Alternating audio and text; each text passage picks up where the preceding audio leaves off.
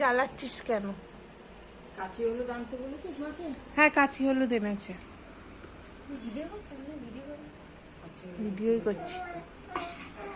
আমি দেখি চাল এক টুকরো লাগবে।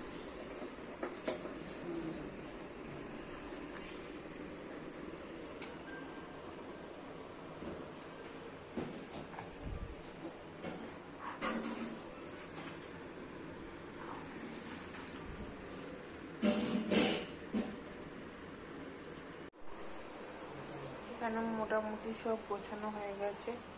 আর এই যে মাসি বরণ সাজিয়ে গেছে, বরণ ডালা। আর এই এখন আমাদের ঘরের অবস্থা, এখানে বাজি আনা হয়েছে, এই প্যাকেটটা পুরো বাজি ভর্তি। আর বাইরে সব সবজি আনা হয়েছে।